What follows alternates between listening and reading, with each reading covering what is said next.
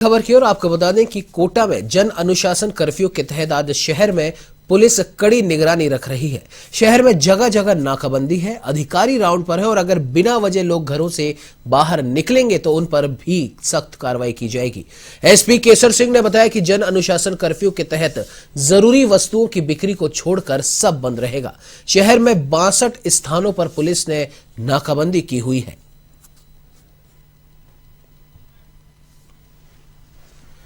वहीं आपको बता दें कि प्रदेश में कल रात से यानी कि शनिवार रात 11 बजे से सोमवार सुबह 5 बजे तक इस तीसरी लहर का पहला वीकेंड कर्फ्यू लागू कर दिया गया है और आगे इस वीकेंड कर्फ्यू का क्या कुछ असर रहेगा उसे देखते हुए कोरोना के संक्रमण में कितनी क्या कुछ कमी इस वीकेंड कर्फ्यू की वजह से आती है उसको देखते हुए आगे ये फैसला लिया जाएगा कि वीकेंड कर्फ्यू अभी एक ही दिन का रखना है या फिर इसे एक दिन और बढ़ाया जाए यानी शुक्रवार से इसे लागू किया जाए।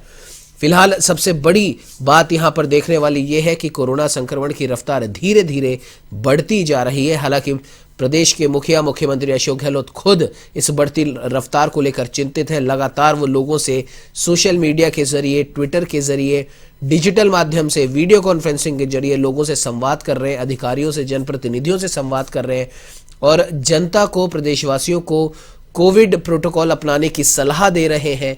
इस संक्रमण को, विशेष तौर पर ओमिक्रॉन को, बिल्कुल उन्होंने कहा इसे हल्के में ना लें, इसे गंभीरता से लें और तमाम जो चीजें यहां पर की गई हैं, भले ये पाबंदियां हैं, सख्ती की जा रही है, ये इस बढ़ती रफ्तार को रोकने के लिए ही है। चलिए, इस पर ज्यादा बातचीत के लिए हमारे साथ कोटा से ब्यूरो चीफ प्रणय विजय फोन लाइन पे जुड़ चुके हैं।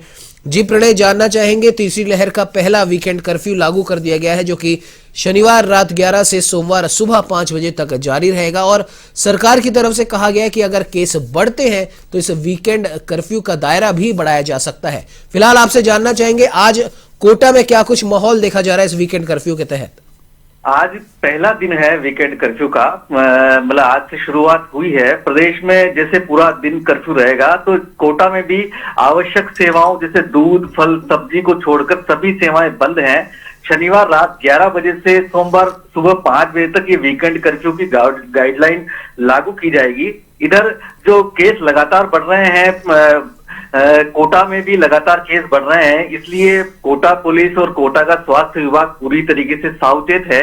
कल एसपी केसर सिंह शेखावत के नेतृत्व में कोटा के विभिन्न मार्गों पर फ्लैग मार्च निकाला गया पुलिस का, जिसमें काफी सारी जवान और वाहनों का रेला मौजूद था, जिसमें जन चेतना की गई कि लोग घरों से बाहर न निकले, मास्क लगाएं। कोटा पुलिस ने मास्क के लिए चालान, लोगों को पहले समझाइश का दौर शुरू कर दिया है और जो समझाइश से नहीं मान रहे हैं उनके लिए चालान की व्यवस्था है, चालान किए जा रहे हैं। लेकिन जो जरूरी चीजें हैं आज आप देख सकते हैं, उसी का नतीजा है कि यहाँ की बाजार, दुकानें, शॉपिंग मॉल, जिम, क्लब सारे बंद हैं। कोरोना की तीसरी लहर में पहली बार वीकेंड कर्फ्यू लगा हुआ है। जुलाई के बाद फिर से इसकी शुरुआत हो गई है। कोरोना के मामले तो आगे बढ़े तो पाबंदियां ज्यादा लगेंगी, ये तय है। लेकिन आज संडे कर्फ्यू जो है तो आम जरूरत की चीजें जिसकी दुकानें खुली हैं, जैसे दूध की दुकानें, डेयरी, बूथ, फल सब्जी की दुकानें, किराने की दुकानें खुली हैं यहाँ पे छोटी मोटी,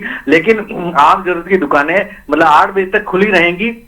इसके बावजूद आवाजाही नहीं है। पुलिस का पूरा इंतजाम है कोटा में कि लोग अनावश्यक रूप से घरों से बाहर नहीं निकलें। हर चौराहे पर पुलिस का पर्याप्त जाब्ता यहाँ पर मौजूद है। जी उमंग।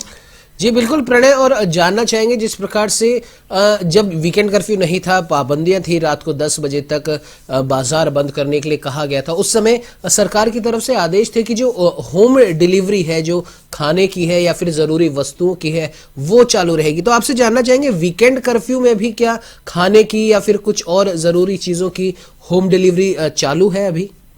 हाँ, खाने की होम डिलीवरी फिलहाल चालू है, लेकिन फिर भी उसको एहतियाती के तौर पर समझाइश की जा रही है कि लोग कम से कम इस सेवाओं का उपयोग करें और लोग कम से कम बाहर निकलें या बाहर से किसी भी व्यक्ति को अपने पास बुलाएं।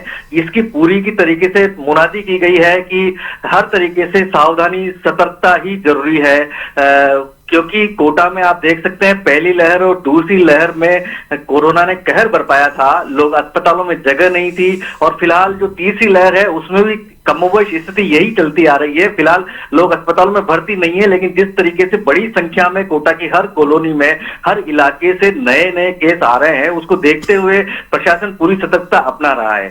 जी बिल्कुल, प्रणय और कोटा को शिक्षा नगरी भी कहा जाता है और जाहिर सी बात है बड़ी संख्या में बाहर से विद्यार्थी यहाँ पर आकर शिक्षा ग्रहण करते हैं, अपने आने वाले भविष्य को संवारने की जुगत में यहाँ पर लगे रहते हैं। तो उन बच्चों को लेकर कोई विशेष व्यवस्था या फिर वो पहले की तरह ही वापस घर जाना वो शुरू हो चुके हैं?